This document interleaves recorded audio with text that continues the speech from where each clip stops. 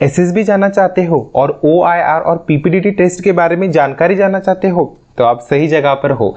मैंने पहले ही अपना पूरा भोपाल का एसएसबी का एक्सपीरियंस पहले वाले चैनल पे पूरा डिटेल में समझाया है। इसमें सिर्फ ओआईआर टेस्ट और पीपीडीटी टेस्ट का मेरा एक्सपीरियंस क्या है वो शॉर्ट में समझाता हूँ और इसी चैनल पर आपको डिफेंस और एसएसबी से रिलेटेड और बाकी सारे अपडेट्स मिलती रहेंगी, तो हमें फॉलो जरूर कीजिएगा। तो ओआईआर टेस्ट एसएसबी के स्क्रीनिंग टेस्ट के पहले दिन होता है और ये टेस्ट बहुत इंपॉर्टेंट है क्योंकि इसी के रेटिंग पर आपको स्क्रीनिंग के लिए कंसीडर किया जाता है।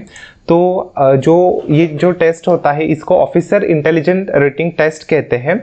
हमारे केस में ये टेस्ट लगभग 9 साढ़े 9 के बीच में स्टार्ट हुआ था एंड इस टेस्ट के लिए हमें 2 सेट्स मिले थे और एक सेट में 50 क्वेश्चंस थे और एक सेट को कंप्लीट करने के लिए 35 मिनट्स का टाइम मिला था।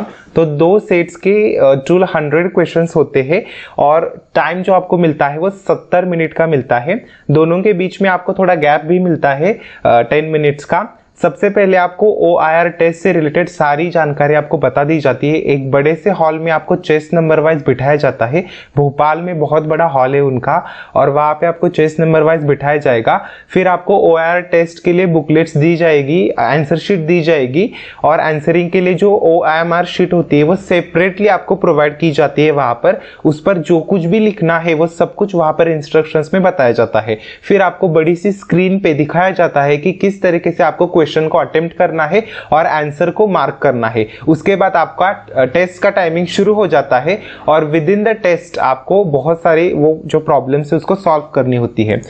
तो ओआईआर में जो क्वेश्चंस पूछे जाते हैं वो जनरल रीजनिंग से बेस्ड क्वेश्चंस होते हैं, फिगर बेस्ड क्वेश्चंस बहुत पूछे जाते हैं, देन लॉजिकल रीजनिंग वाले, इंग्लिश ग्रामर वाले, कुछ सिनोनिम्स एंटोनिम्स वाले क्वेश्चंस और कुछ मिक्स्ड एमसीक्यूज पूछे जाते हैं। इंग्लिश और रीजनिंग को मिक्स करके एमसीक्यू पूछे जाते हैं जिसपे 2 करेक्ट ऑप्शंस भी होते हैं।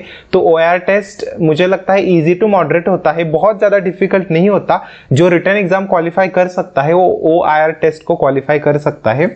तो इस तरीके से ओआईआर टेस्ट कंप्लीट होता है, बहुत ही अच्छा टेस्ट होता है ये। इसके बाद तुरंत ही आपको PPNDT picture perception and description test वहां पर कंडक्ट किया जाता है सेम हॉल में। बड़ी सी स्क्रीन पे जिसपे आपको ओआईआर की इंस्ट्रक्शंस बताई गई थी उसी पे आपको इमेज दिखाई जाती है और उसी पे ये टेस्ट होता है। फिर जो इस टेस्ट को कंडक्ट कराने के लिए साइकोलॉजिस्ट आते हैं। हमारे केस में मैडम आई थी और उन्होंने सब सारी जानकारी, सारी डिटेल्स आपको हमें पहले ही बता दी थी। पीपीडीटी टेस्ट में अगर आपको कुछ भी नहीं पता है फिर भी आपको टेंशन लेने की जरूरत नहीं है। वहां पे सारी डिटेल्स आपको बताई जाएंगी कि कैसे आपको टेस्ट कंडक्ट कराना है। टेस्ट का प्रोसीजर कुछ ऐसा रहेगा, एक हेजी इमेज आपको दिखाई जाएगी 30 सेकंड्स के लिए और उसी के बेसिस पे आपको स्टोरी राइटिंग करनी है। आप स्टोरी राइटिंग करने के लिए आपको 4 मिनट्स मिलते हैं और 4 मिनट्स के अंदर आपको स्टोरी लिखनी है एक ब्लैंक शीट पे एंड आपको वही स्टोरी लिखनी है जो इमेज आपको दिखाई गई है। कुछ भी आप मन का नहीं लिख सकते, मतलब लिखने को तो कुछ भी लिख सकते हैं लेकिन उसके मार्क्स नहीं मिलते।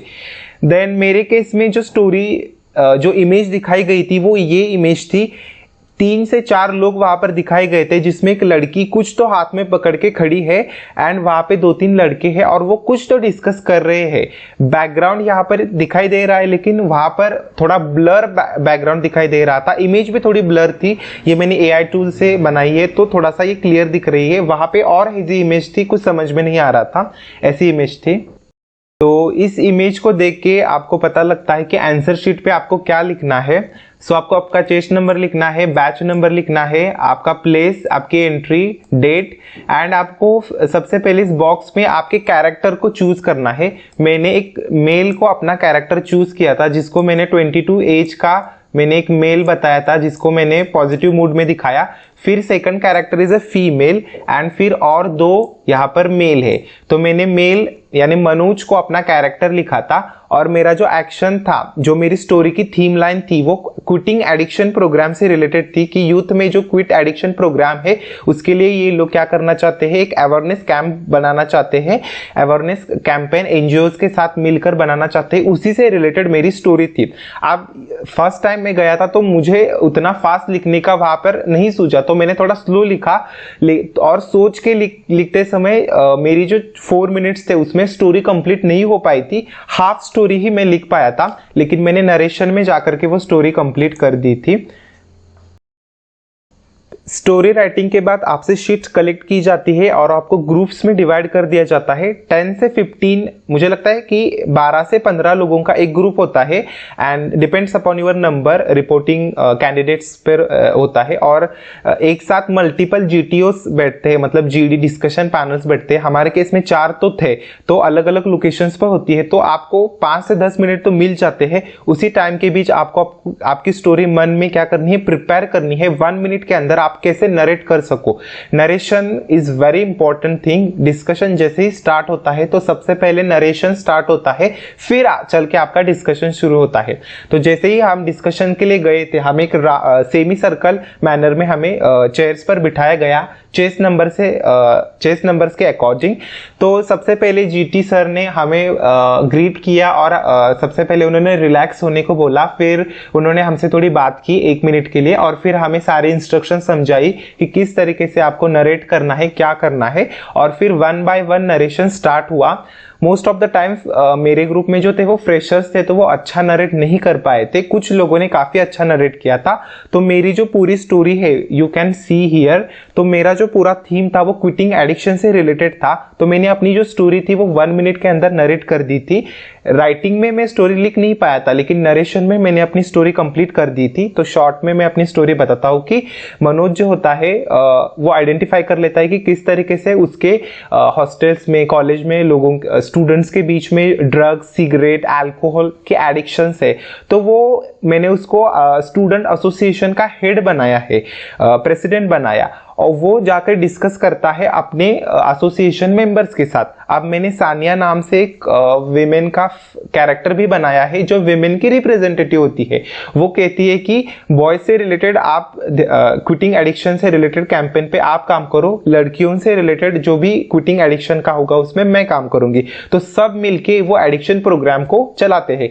आप स्टोरी में थोड़ा सा मिर्च मसाला डालना होता है, तो मैंने ऐसे लिखा था कि आप जब ये एडिक्शन प्रोग्राम वो स्टार्ट करेंगे तो उन्हें टीचर्स और एनजीओस की हेल्प लगेगी, क्योंकि अकेले तो नहीं कर सकते। तो वो उनसे हेल्प लेते हैं, फिर अपने ही पीयर्स के साथ हेल्प लेने की कोशिश करते हैं। शुरुआत में लोग इसको रेजिस्ट करेंगे, लोग आसानी से तैयार नहीं होंगे। शुरुआत में वो क्या करेंगे, इसको रेजिस्ट करेंगे, लेकिन धीरे धीरे करके जैसे ही उनको समझ में आएगा एडिक्शन फ्री लाइफ का इंपॉर्टेंस, जैसे ही समझ में आएगा, वो लोग क्या करेंगे, वॉलंटरीली इस कैंपेन को ज्वाइन करेंगे। और सारे नहीं, लेकिन बहुत सारे बच्चे या स्टूडेंट्स क्या करते हैं, अपना एडिक्शन क्विट करते हैं और मनोज को ज्वाइन करते हैं या उनकी टीम को ज्वाइन करते हैं। तो ऐसे पूरी स्टोरी मैंने इंग्लिश में आर्टिकुलेटली वहां पे नरेट की थी and it was a very good narration.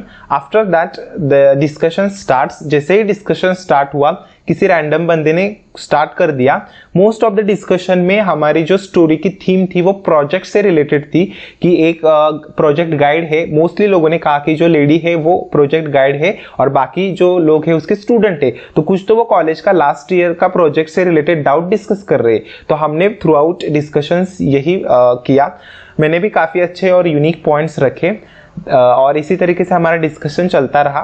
जब मोस्ट ऑफ द टाइम हमारा जो डिस्कशन रहा था वो एज से रिलेटेड रहा, कि किसकी एज ज़्यादा है, किसकी एज कम है, ऐसे करके लोग डिस्कस कर रहे थे। लेकिन थीम से रिलेटेड ज़्यादा डिस्कशन नहीं हुआ। तो फिर हमें जब कंक्लूजन के लिए बोला, ज़्यादा प्रोडक्टिव भी नहीं था डिस्कशन। फिर कंक्लूजन में एक रैंडम से व्यक्ति स्टूडेंट ने वहाँ पे जो आया था, उन्होंने वो कंक्लूड किया। कंक्लूजन में उन्होंने ग्रुप का थीम कंक्लूड नहीं किया था, जिसकी वजह से वो स्क्रीनिंग नहीं हो पाए थे। तो इसके बाद यू नो दैट आपको डिलीशियस लंच के लिए भेजा जाता है और उस लंच के बाद you have to gather again for results into this same hall. तो सेम हॉल में आपको चेस नंबर वाइज बिठाया जाता है एंड हमारे जो रिजल्ट होता है वो जनरली 1:30 से 2 बजे तक आ जाता है। लेकिन हमारे केस में 3:30 बजे रिजल्ट घोषित हुआ था, क्योंकि वो OIR टेस्ट सब चेक कर रहे थे एंड कैंडिडेट्स भी ज़्यादा थे। तो जैसे ही उन्होंने रिजल्ट्स के लिए स्टार्ट किया तो सबको डर लगता ही है कि क्या होगा, फर्स्ट अटेम्प्ट थे। और 2-3 कैंडिडेट्स के बाद उन्होंने मेरा चेस्ट नंबर अनाउंस किया 39 and I know that I am getting screen in and मुझे नया चेस्ट नंबर मिला था, वो 6 था एंड 35 स्टूडेंट स्क्रीन इन हुए थे उस दिन and it was a very great experience. और एक टेंशन दूर हो गई थी कि वापस जाने की बुकिंग नहीं है, तो अभी तो 5 दिन यहाँ रहना है तो कोई टेंशन नहीं है, बाद में देख लेंगे। So we are very happy. और उसके बाद चल के फर्दर प्रोसेस स्टार्ट हुई। बाकी के 5 दिनों का भी मैंने प्रीवियस चैनल पे वीडियो में बताया है। I will reiterate the things throughout this channel and I will also explain everything regarding the CDS written exam, how you have to prepare for defense related exams like CDSO, CAPFO, book list, strategies, everything. So make sure that you follow this channel and be with us. मिलकर prepare करते हैं and let's crack it. It's very very very very fantastic journey and I am very happy to share with you and thank you for watching up to this part and thank you so much. Be happy, stay blessed, stay prepared and जय हिंद।